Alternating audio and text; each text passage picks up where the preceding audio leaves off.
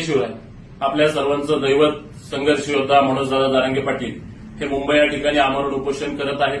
लाखो मराठा बांधव मुंबई या ठिकाणी जमेल त्या परिस्थितीत जमेल तिथं थांबलेले आहेत. जागा नाही म्हणून माझी आपल्या सर्वांना विनंती आहे की सरकार काहीतरी वेगळं षडयंत्र करू इच्छिते. अनेक जेवणाची खाण्याची दुकानं बंद करते.